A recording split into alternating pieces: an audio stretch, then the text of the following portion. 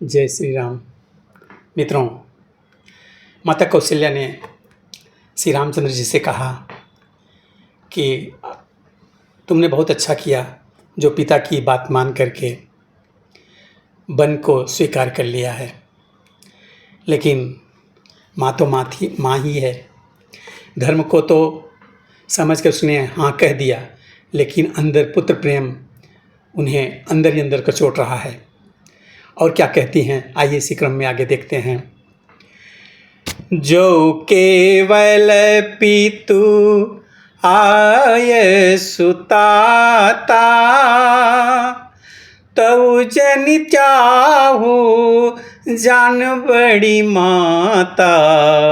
जो पितु मात कहे वो बन जाना, तब कानन सत अवध समाना। माता कौशल्या कहती हैं कि हे तात, यदि केवल पिताजी की ही आज्ञा हो तो माता को पिता से बड़ी जानकर वन को मत जाओ, किंतु यदि माता पिता दोनों ने वन जाने को कहा हो तो वन तुम्हारे लिए सैकड़ों अयोध्या के समान है। पितु बन देव मातु बन देवी, खग मृग चरण सरोरुह सेवी। अंतहु उचित निपहि वनवासु, वय बिलो किहिया होई हरासु। वन के देवता ही तुम्हारे पिता होंगे और वन देवियाँ तुम्हारी माता होंगी। वहाँ के पशु पक्षी तुम्हारे चरण कमलों के सेवक होंगे। राजा के लिए अंत में तो वनवास करना उचित ही है। केवल तुम्हारी सुकुमार अवस्था देखकर हृदय में दुख होता है। बड़े भागी बनू अवधय भागी, जो रघुवंश तिलक तुम त्यागी। जो सुत कहूँ संग मोहि लेहु, तुमरे हृदय होई संदेहु। हे रघुवंश के तिलक, पन बड़ा भाग्यवान है और यह अवध बड़ा भागा है जिसे तुमने त्याग दिया है। हे पुत्र, यदि मैं कहूँ कि मुझे भी साथ ले चलो तो तुम्हारे हृदय में संदेह होगा कि माता इसी बहाने मुझे रोकना चाहती है। पूत परम प्रिय तुम सब ही के, प्राण प्राण के जीवन जी के। ते तुम कहू मातु बन जाऊं, मैं सुठी बचन बैठी पछताऊं। हे पुत्र, तुम सभी के परम प्रिय हो, प्राणों के समान और हृदय के जीवन हो।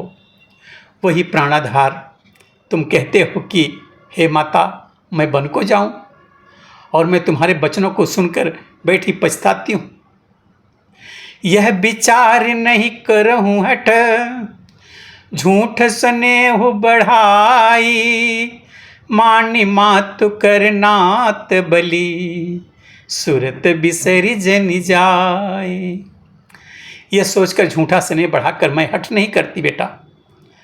मैं बलैया लेती हूँ, माता का नाता मानकर मेरी सुध भूल न जाना। देव पितर सब तुम ही गोसाई, राखहुं पलक नयन की नाई। अवधि अम्बु प्रिय परिजन मीना, तुम करुणा कर धर्म धुरीना। हे गोसाई, सब देव और पितर तुम्हारी वैसी ही रक्षा करें जैसे पलकें आँखों की रक्षा करती हैं। तुम्हारे वनवास की अवधि 14 वर्ष चल है। परिजन और कुटुंबी मछली हैं, तुम दया की खान और धर्म की धुरी को धारण करने वाले हो। अस विचारी सोई करहु उपाय, सबई जियत जही भेटउ आई। जाहु सुखेन बनहि बलि जाऊ, करियनाथ जन परिजन गाऊं। ऐसा विचार कर वही उपाय करना जिसमें सबके जीते जी तुम आकर के मिलो। मैं बलिहारी जाती हूँ बेटा, तुम सेवकों, परिवार वालों और नगर भर के अनाथ करके सुखपूर्वक वन को जाओ। सब कर आजू सुकृत फल बीता, भयउ कराल कालो विपरीता। बहुविधि बिलपी चरण लपटानी, परमय भागिनी आप ही जानी। आज सबके पुण्यों का फल पूरा हो गया, कठिन काल हमारे विपरीत हो गया। इस प्रकार बहुत विलाप करके अपने आप को परम अभागिनी जानकर माता श्री रामचंद्र जी के चरणों में लिपट गई। दारुण दुसह दाहुर व्यापा, वरनी न जाहि बिलाप कलापा। राम उठाई मातुर लाई, कही मृदु बचन बहुरि समुझाई। हृदय में भयानक दुख संताप छा गया। उस समय के बहुविध विलाप का वर्णन नहीं किया जा सकता है। श्री रामचंद्र जी ने माता को उठाकर हृदय से लगा लिया और फिर कोमल वचन कहकर उन्हें समझाया। समाचार तहि समय सुनी, सिय उठी अकुलाई। जाई सासुपद कमल जुग, बंदी बैठी सिरुनाई। उसी समय यह समाचार सुनकर सीता जी अकुला उठी और सास के पास जाकर उनके दोनों चरणों की वंदना करके सिर नीचा करके बैठ गईं। दीन्ही असीस सासु मृदु बानी, अति सुकुमारी देखिए कुलानी। बैठी नमित मुख सोचती सीता, रूप रास पति प्रेम पुनीता। सास ने कोमल वाणी से आशीर्वाद दिया। वह सीता जी को अत्यंत सुकुमारी देखकर व्याकुल हो उठी। रूप की राशि और पति के साथ पवित्र प्रेम करने वाली सीता जी नीचा मुख करके बैठी सोच रही है। चलन चहत बन जीवन नाथु, केहि सुकृति सन होई साथु। की तनु प्राण की केवल प्राणा, विधि कर तबु कछु जाई न जाना। जीवननाथ तो वन को चलना चाहते हैं, देखें किस पुण्यवान से उनका साथ होगा। शरीर और प्राण दोनों साथ जाएंगे या केवल प्राण ही से इनका साथ होगा, या केवल प्राण से ही इनका साथ होगा। विधाता की करनी कुछ कही नहीं जा सकती।